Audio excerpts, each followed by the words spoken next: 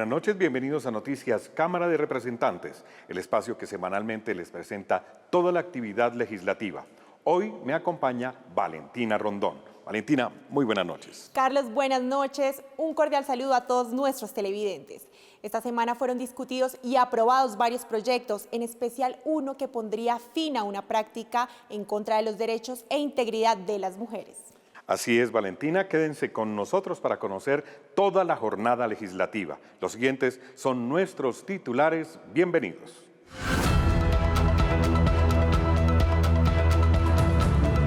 Avanza iniciativa que prohíbe la ablación o mutilación genital femenina. Es un proyecto preventivo, es un proyecto que se construyó con las mujeres de la Gran Nación en Vera. Alivio financiero para pacientes de cáncer. Fue aprobado en primer debate proyecto de olvido oncológico. Ya después de 5 años de haber superado esta enfermedad, pueden acceder al sistema financiero. Plan de salvamento para las salinas de Manaure. Se verían favorecidas más de 3.000 familias. Para devolverle a la comunidad de Manaure una empresa sólida que siga produciendo y distribuyendo sal. Toda la información legislativa aquí en Noticias Cámara de Representantes. Fue aprobado el proyecto de ley que busca eliminar la ablación o mutilación genital femenina, práctica que fue introducida en algunas comunidades indígenas en el proceso de colonización. Acabar con la ablación es una deuda que se tiene con las mujeres indígenas. Es un proyecto preventivo, es un proyecto que se construyó con las mujeres de la Gran Nación en Vera, que son aquellas voces que no quieren que esto siga ocurriendo dentro de sus comunidades. Claudia Queragano, lideresa indígena, aclara que la ablación no es cultura. Para mí o para otras mujeres esto no se llama una cultura. Nosotros tenemos una cultura muy diferente, que son nuestros idiomas, que son los tejidos. Este proyecto no crea un nuevo delito. Lo que estamos haciendo es prevención, concientización mediante la creación de una política pública en donde van a estar estos enfoques de prevención intercultural. Creemos que deben ser precisamente estas lideresas indígenas quienes en sus comunidades puedan ser las voces, hablar con las parteras, con otras mujeres, también con los hombres, para que esto no siga pasando. Esperamos que con este proyecto de ley además se levante la información, los controles y se realicen los protocolos al interior de los organismos, entidades y las clínicas y los puestos de salud donde llegan normalmente las niñas. Ahora el turno es para el Senado. En redes sociales, los representantes expresaron su complacencia por la iniciativa que erradicaría la práctica de la mutilación genital femenina. Esto fue lo más posteado en Cámara Digital. Bienvenidos a Cámara Digital. En las redes sociales, los representantes aplaudieron la aprobación en plenaria del proyecto que busca erradicar esta práctica en algunas comunidades en Verá. La representante Miriam Perdomo, de Santander, manifestó en su cuenta de X, abro comillas, aprobado en Cámara proyecto de ley para erradicar la mutilación genital femenina. Se incluyeron 3 proposiciones de mi autoría para garantizar abordaje complementario, coordinado y atención integral en salud a víctimas. Hombres y mujeres mostraron su apoyo a la iniciativa, como el representante risaraldense Alejandro García. Abro comillas. La ablación genital femenina es una grave violación a los derechos humanos. Como risaraldenses, donde tristemente todavía se realiza esta práctica, celebro que hayamos aprobado en segundo debate su prohibición. Por su parte, Eric Velasco, representante de Nariño, destacó en su cuenta de X, abro comillas. En Cámara de Representantes dimos un gran paso para proteger los derechos de niñas y mujeres. Aprobamos el proyecto de ley para prevenir, atender y prohibir la mutilación genital femenina. Quedan 2 debates en el Senado para que esta iniciativa sea ley. Como lo explica el Trino, será entonces el Senado quien tenga la histórica misión de decirle no más a esta práctica, que según líderes de la comunidad en Verá, no es propia de su cultura, sino implantada en la época de la colonia. Los sobrevivientes de cáncer deben librar otra batalla, ya no por su salud, sino por trámites bancarios, laborales o de seguros. En la Cámara se aprobó una iniciativa de olvido oncológico, una victoria para miles de colombianos que han superado la enfermedad. En Colombia hay un paradigma particular frente al cáncer, porque no solo se trata de ganarle la batalla a la enfermedad, sino también de luchar contra las consecuencias que deja ese registro a la hora de querer construir una estabilidad económica. Es el caso de Margie León. En el año 2023 tramité un crédito al Fondo de Empleados donde elaboré. Dentro del formato había un ítem que preguntaba, marque con una X si le han diagnosticado alguna de las siguientes enfermedades. Qué sorpresa fue que a los 3 días la asesora comercial del fondo me llama para decirme que la aseguradora no había avalado mi crédito. Para que Margie ni ningún otro colombiano que haya superado el cáncer tengan que declarar su enfermedad al solicitar un crédito, un seguro o incluso al buscar empleo, fue aprobado en tercer debate el proyecto de ley de olvido oncológico. Ya después de 5 años de haber superado esta enfermedad, pueden acceder al sistema financiero. 1, modificando un artículo del Código de Comercio. 2, que si no están obligados a manifestar que tuvieron esta enfermedad.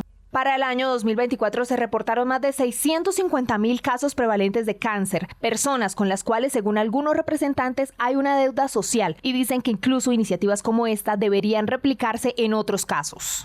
Pero hay otros sectores, por ejemplo los presos, por ejemplo las mujeres que son detenidas por delitos de pobreza, porque tuvieron que verse inmersas en alguna situación de microtráfico. En la Comisión Séptima también se aprobaron otras iniciativas como la licencia menstrual y la pensión del cuidado. Este proyecto cambia la concepción de lo que es la pensión, y la pensión ya no solamente es para la persona que fue al mercado laboral a hacer ese trabajo, sino para la otra persona que trabajó en el hogar. La ley doctora Catalina, que brinda condiciones laborales dignas a los residentes médicos, fue otro proyecto que recibió el respaldo de los congresistas y ahora será definido en la plenaria de la Cámara. Como preocupante fue calificado el informe del Contralor General de la República a la Comisión Legal de Cuentas. El descenso del recaudo tributario y la baja ejecución presupuestal de muchas entidades han impactado negativamente los programas sociales del Estado. Desde el 2024, la Contraloría General de la República viene haciendo llamados de atención sobre la ejecución presupuestal, enfatizando en el bajo recaudo tributario, déficit que ha dejado la disminución de 11 puntos porcentuales y que compromete la financiación del gasto público. Quiero decirles que Colombia enfrenta grandes retos para avanzar hacia una sostenibilidad fiscal sólida y un crecimiento económico sostenible. La acumulación de reservas presupuestales es muestra de la dificultad de ejecutar el presupuesto asignado. Desde el 2018, estas reservas han mostrado un crecimiento sostenido. En 2024, alcanzó el monto total de 61.7 billones de pesos, monto que ha dejado de llegar a programas que ayuden a la población. Y uno de los aspectos que también nos preocupa demasiado, donde solicité se hiciera una mesa técnica con la Contraloría General de la República, es sobre los recursos que se tienen en las fiduciarias. Si bien es cierto, son mecanismos legales y han incrementado considerablemente estos rubros. En el 2024, el presupuesto general de la Nación tuvo una ejecución del 80.8%, siendo el funcionamiento de las entidades el que se llevó la mayor parte del rubro, dejando la inversión rezagada y dejando cerca de 97 billones de pesos sin ejecutar. Necesitamos un sistema tributario mucho más fortalecido, con un recaudo que se pueda aumentar, pero además de eso con tributos que sean progresivos y no regresivos como los que se aprobó en la reforma de 2022. Por último, desde la Contraloría se recomendó reducir el gasto de funcionamiento y priorizar los sectores estratégicos para acelerar la reactivación económica. Además, se comprometieron a presentar un balance frente al monitoreo y auditoría que están realizando a la DIAN frente al comportamiento de recaudos del presente año. Esta semana el Banco de la República mantuvo la tasa de interés de 9.5, luego de evaluar el comportamiento económico del país durante el primer trimestre. ¿Qué opinan los representantes de las comisiones económicas de la decisión del emisor? Veamos. Diversas reacciones por parte de congresistas generó la decisión de inalterar las tasas de interés para el mes de marzo desde el emisor central. Es momento de que las tasas de interés bajen a un ritmo muchísimo más fluido. El Banco de la República decidió mantenerlas en 9.50 y eso significa que la economía mantiene bloqueada porque los colombianos y colombianas no adquieren créditos por las altas tasas. Esperamos que esta decisión no genere incertidumbre dentro de los colombianos se animen a acceder al crédito y a invertir. También hay sectores que se mantienen en la independencia del Banco de la República y las decisiones macroeconómicas. Que no se disminuyan las tasas de interés por parte del Banco de la República no quiere decir que no se reactive la economía. Eso no se puede plantear en esos términos como lo está proponiendo el gobierno. No se puede uno dejar confundir en ese mensaje. Todo lo contrario, y la insistencia es, las decisiones del Banco de la República preservan la estabilidad macroeconómica de este país sin importar cuál sea el gobierno de turno, y eso es lo que nosotros debemos proteger desde el punto de vista constitucional. Se espera la próxima reunión del banco para que defina si mantiene o no las tasas de interés en los próximos meses. Ya fue radicado en el Senado el proyecto de la reforma a la salud.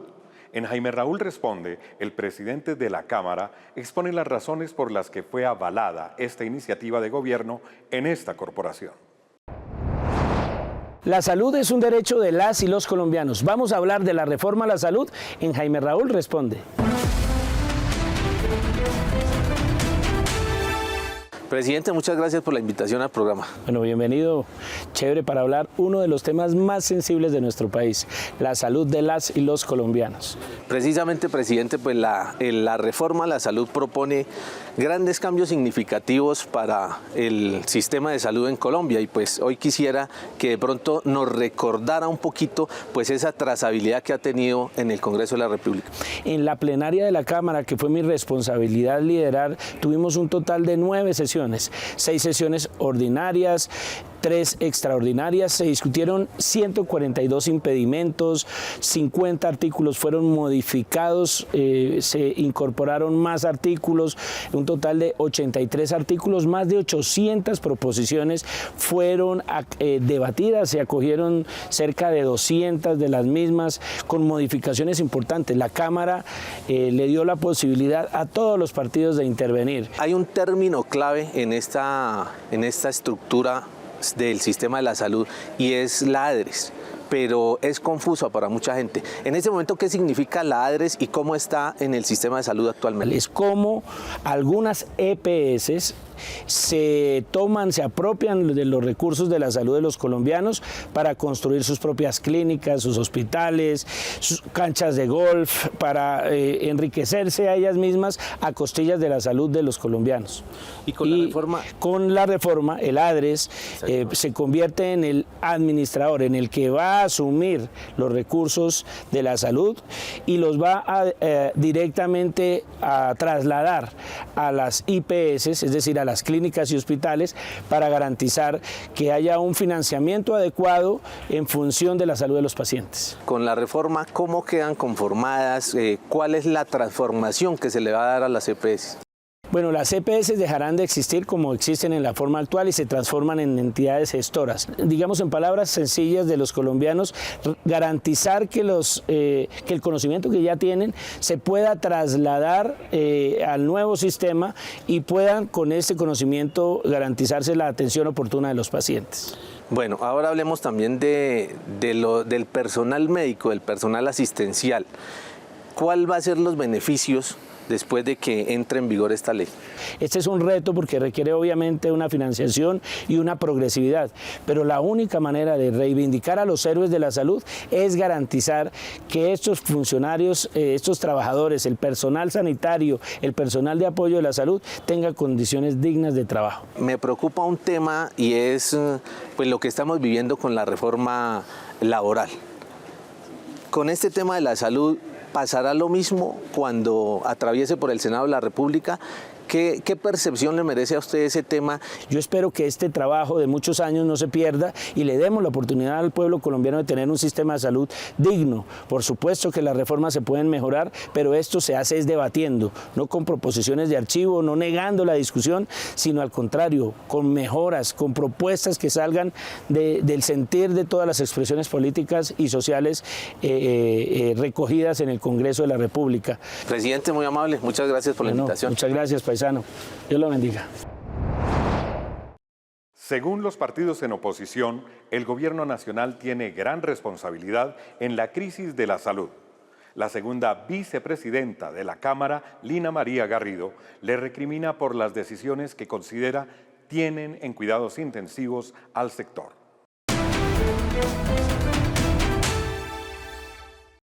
Gustavo Petro, óigame bien, los colombianos nunca le vamos a perdonar la destrucción del sistema de salud. Adultos mayores sin tratamiento, madres buscando medicamentos, familias enterrando a sus seres queridos por falta de atención. Ellos serán su condena en esta vida o en la otra.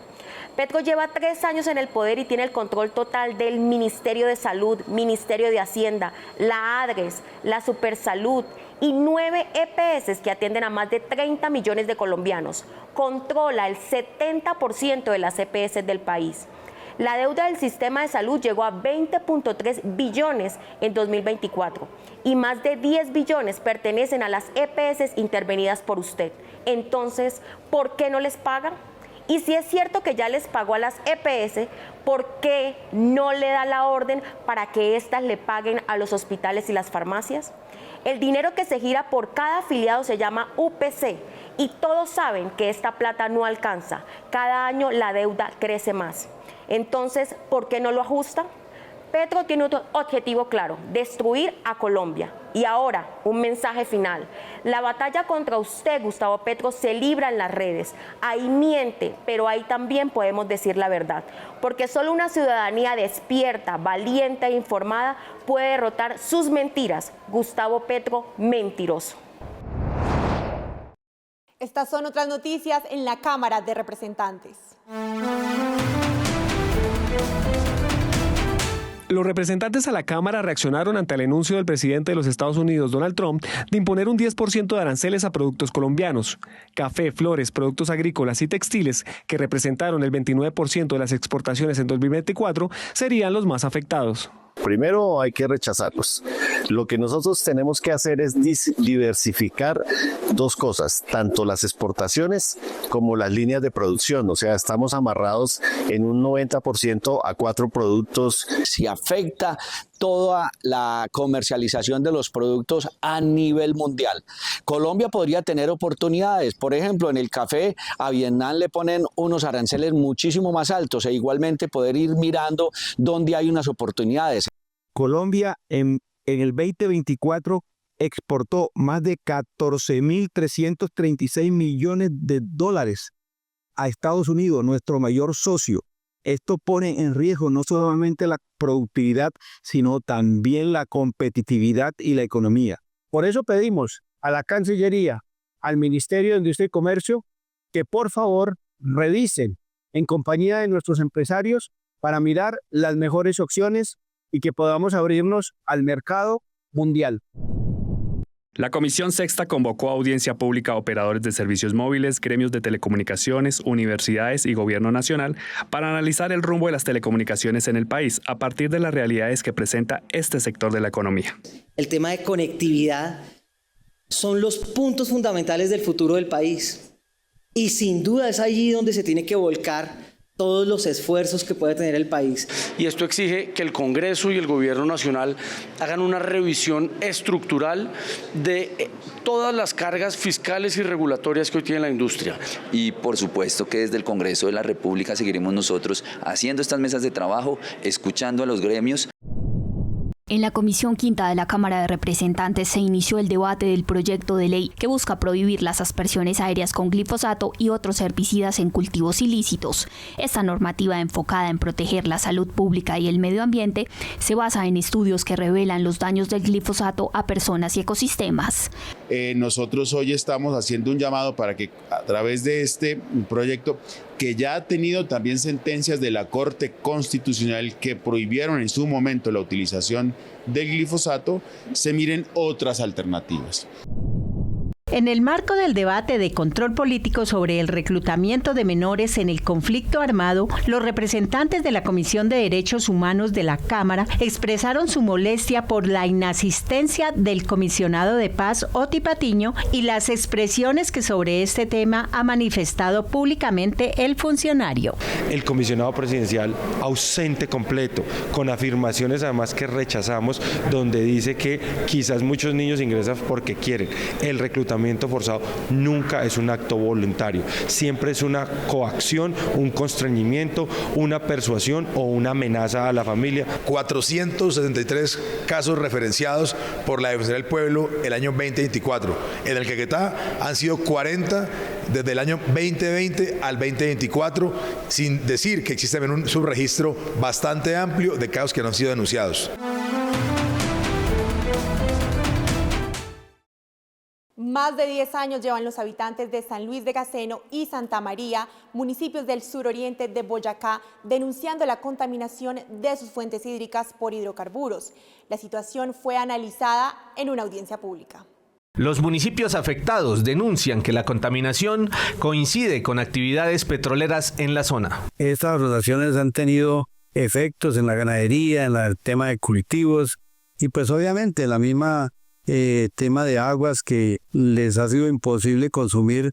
En una audiencia pública en el Salón Boyacá del Capitolio se visibilizó la grave situación que enfrentan estas poblaciones boyacenses. Se necesita un estudio técnico que nos diga si las fuentes hídricas están siendo realmente contaminadas y si eso se debe a esa perforación que se ha hecho allí. Los habitantes exigen respuestas después de una década de afectaciones. No hay un responsable de todo ese tema de afloramientos y que ha venido no solo contaminando el agua para el consumo pues, animal, sino además que ha afectado también la vida y ha puesto en riesgo pues, la salud humana. Por favor, iniciemos acciones concretas para saber realmente quién es el culpable de esto.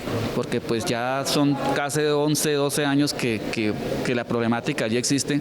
La audiencia contó con el apoyo multipartidista del Congreso. Mejor conclusión del día de hoy, la voluntad y la disposición tanto de la Agencia Nacional de Hidrocarburos como la Agencia Nacional de Licenciamiento Ambiental, pero también de la misma empresa que tiene un alto porcentaje de acciones, que es precisamente una empresa del Estado. Le tiene que sumar el esfuerzo decidido por parte del Gobierno Nacional para cuidar nuestros recursos naturales y proteger a la población de esta región tan hermosa en nuestro departamento. En esta audiencia se lograron compromisos por parte de 8 entidades gubernamentales, asimismo de la empresa Nicoil Energy.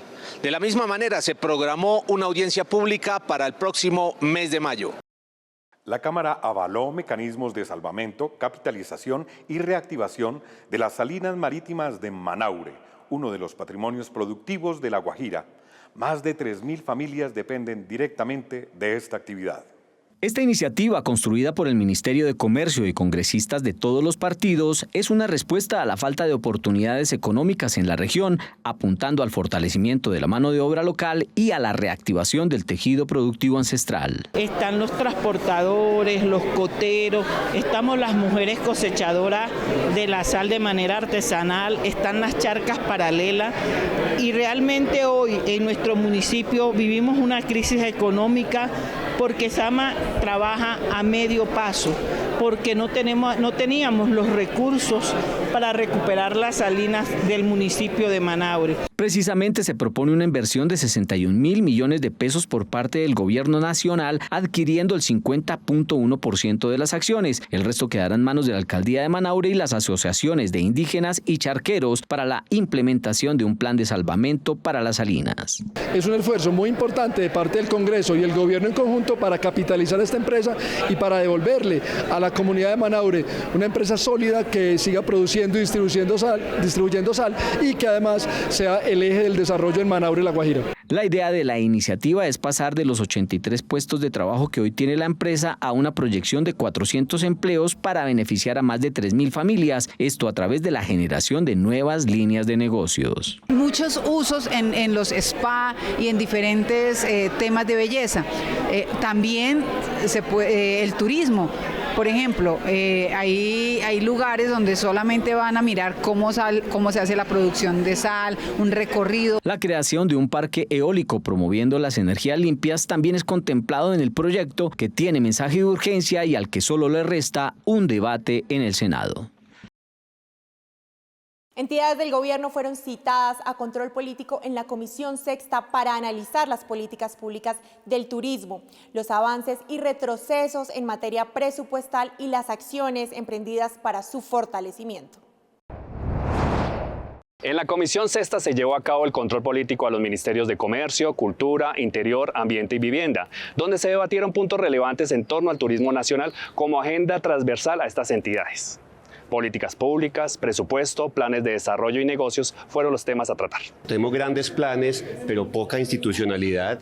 No tenemos todavía una infraestructura totalmente adecuada en materia de carreteras, aeropuertos, etcétera. Y además vemos una enorme desarticulación de los ministerios encargados, porque esto no es únicamente el Viceministerio de Turismo, sino que también tiene que ver con el Ministerio de Ambiente. Cada una de las carteras citadas hoy tienen muchas estrategias, las cuales hemos venido compartiendo la información y sentándonos en mesas de trabajo con todos ellos. En esta jornada legislativa de promoción, control y proyección al turismo, se expuso la conformación del Comité Interinstitucional Nacional contra la Trata de Personas. Además, un proyecto de ley donde las entidades territoriales puedan ejercer mayor vigilancia al turismo con sostenibilidad. El Gobierno Nacional y particularmente el Ministerio del Interior ha venido trabajando en el fortalecimiento del Comité Interinstitucional contra la Trata de Personas. Este es un comité formado por diversos ministerios, por la Fiscalía, la Procuraduría, la Policía Nacional, la Defensoría del Pueblo. El país debe también garantizar infraestructura, debe garantizar seguridad y control territorial y, por supuesto, sostenibilidad. Por eso también vamos a presentar un proyecto de ley para que las entidades territoriales puedan ejercer mayor control y poder decir cuándo ya hay un límite de la capacidad de carga, porque el turismo debe ir también de la mano de la sostenibilidad. Para el cierre de este debate se llamó la atención al gobierno nacional para impactar más las problemáticas que afronta este sector, para contrarrestar los impactos de los conflictos, delitos y atrasos que se vienen presentando en el turismo nacional. La serie audiovisual que se enfoca en los retos a los que se enfrentan los adolescentes en la actualidad puso la mirada en lo que se está haciendo desde la Cámara para fortalecer y proteger la salud mental de los más jóvenes en el país. Alarmantes cifras como las que entregó la Secretaría de Educación de Bogotá, que muestran un aumento del 674% en casos de acoso escolar entre 2020 y 2023, llevan a que en la Cámara se tomen acciones. Venimos trabajando desde el Congreso de la República en la construcción de una ruta integral de atención en salud mental para nuestros niños, niñas y adolescentes desde todos los colegios, tanto privados como públicos, que es fundamental que se creen las alertas tempranas para la prevención de los casos, sobre todo de suicidio. La influencia de la era digital en los estudiantes, otro tema que merece control y seguimiento. No estoy diciendo que los celulares no sean necesarios en las aulas, pero hay que regularlos, como regular el balón de baloncesto o de fútbol. O sea, hay que usarlo en su debido tiempo, que permite, repito, que el proceso de enseñanza-aprendizaje se maximice. También se propone sancionar el acoso sexual virtual en niños y adolescentes. La pena en prisión en la que incurriría si alguien se tipifica el grooming estaría entre 6 y 9 años, que es un delito aparte completamente de lo que se conoce como abuso sexual en menores de edad. Nos hacen un llamado de atención a quienes somos padres a estar más pendientes de nuestros hijos. A veces creemos que porque no salen de la casa están protegidos y no entendemos que al final del ejercicio terminan siendo ellos educados por una red social y no por sus propios padres. Finalmente, los representantes creen que el llevar estos temas a la industria del entretenimiento es útil para la sociedad. De esta manera llegamos al final de la presente emisión de Noticias Cámara de Representantes. Agradecemos su compañía y desde ya los esperamos la próxima semana. Los invitamos a seguir nuestros canales digitales. En las redes nos encuentran como @Cámara Colombia, en donde podrán hacer seguimiento a la información legislativa. Nos vemos la próxima semana. Buenas noches.